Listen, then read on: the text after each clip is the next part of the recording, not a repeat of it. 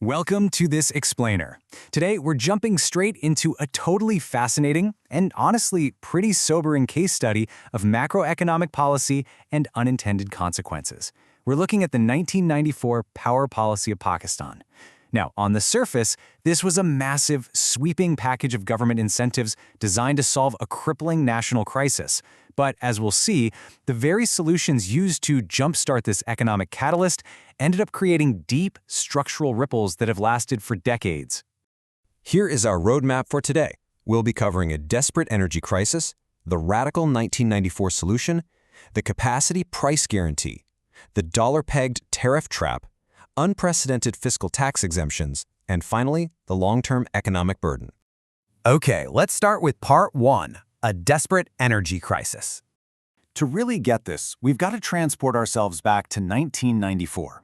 The government wasn't just, planning for the future. They were fighting a massive, daily crisis. The grid was facing a staggering shortfall of 2,000 megawatts during peak hours. And to put that into perspective, only about 40% of the population even had access to electricity back then, and per capita consumption was incredibly low. Yet the grid still fell massively short when people needed it most. The official policy document doesn't sugarcoat this at all. It plainly states that consumers have to be subjected to load shedding. That means forced rolling blackouts. We're talking about crippling small businesses and leaving families in the dark for hours on end.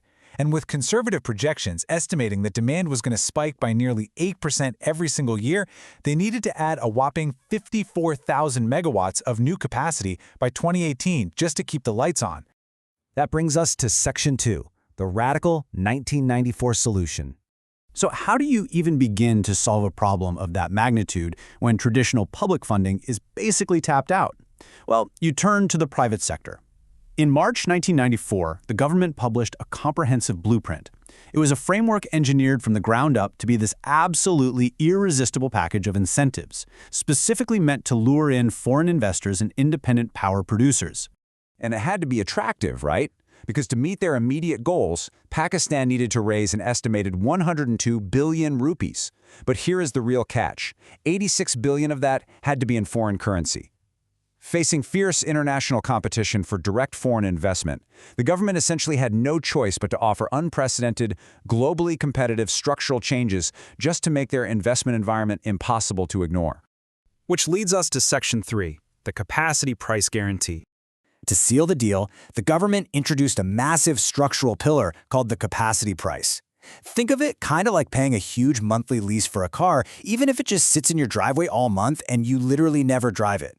It's a guaranteed monthly payment to private power producers covering their debt servicing, their fixed costs, insurance, and the return on equity. And the kicker is that it's paid completely regardless of whether the state actually needs or buys the electricity. This right here is where the state took on a massive systemic burden. This set up a deeply bifurcated system for how the government pays for power. On one side, you've got the standard energy price. This makes total sense. It's based on actual energy sold, it covers fuel costs, and is treated as a straight pass-through. But on the flip side, you have this heavily shielded capacity price. It essentially divorced the private investor's core profit and debt repayment from actual market demand for electricity. And if you're wondering if that was an accident, it absolutely wasn't. There's actually a bit of a smoking gun straight from the policy text itself. The payment mechanism was designed specifically to, quote, keep the investor's profit insulated against variations in the quantum of energy purchased. The policy explicitly engineered this framework to protect private wealth. The private sector locked in a guaranteed return, while the public sector absorbed the unlimited risk of fluctuating energy demand. Moving right along to Section 4, the dollar-pegged tariff trap. The capacity price wasn't the only risk-shifting mechanism in play here. The policy baked in a massive vulnerability, an assumed exchange rate of $1 to 30.03 Pakistani rupees. Now keep in mind, these power purchase agreements were signed for lifespans of 15 to 30 years. There was literally zero chance that exchange rate would hold steady over multiple decades. To handle that inevitable currency shift, they instituted a strict indexation mechanism. First, components of the tariff automatically adjusted to any variation in the rupee to dollar exchange rate. Second, maintenance costs scaled directly with the U.S. inflation rate, not the domestic one. And third, fuel costs were fully passed through to the public utility. So ultimately, any domestic inflation or currency devaluation automatically multiplied energy costs, forcing everyday Pakistani consumers to directly absorb the shock of global economic shifts in their soaring monthly electric bills. Let's move on to Section 5. Unprecedented fiscal tax exemptions.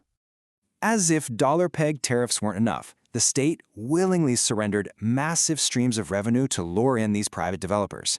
I mean, the list of exemptions is wild. Private power companies were entirely exempt from corporate income tax. No customs duties on imports, zero sales tax. They were granted free repatriation of their equity and dividends back to their home countries. Even the foreign lenders providing the loans were exempt from Pakistani income tax. The sheer volume of standard potential revenue the state sacrificed to solve their immediate crisis is just staggering. And finally, Section 6, the long-term economic burden. So, what exactly happens when you combine guaranteed capacity payments, dollar index tariffs, and massive tax exemptions? You get a severe structural economic imbalance. Just think about who bore the risks. Global fuel price fluctuations? The public. Currency devaluation? The public. Low energy demand? Again the public, via capacity prices. But the guarantee for a return on equity? That was legally insulated strictly for the private sector. It was basically a textbook case of privatized profits and socialized losses. Now, to be fair, the 1994 power policy undeniably brought electricity to a grid that desperately needed it, preventing a total infrastructural collapse at the time. But it also locked the nation into decades of compounding circular debt and exorbitant consumer tariffs that still severely burden everyday citizens right now. Which leaves us with a profound question. When a nation trades all its economic leverage to solve a short-term crisis, who ultimately pays the price? It's a crucial question about the balance between immediate necessity and long-term economic sovereignty. Thanks so much for joining me on this explainer. Keep questioning, keep learning, and I'll catch you next time.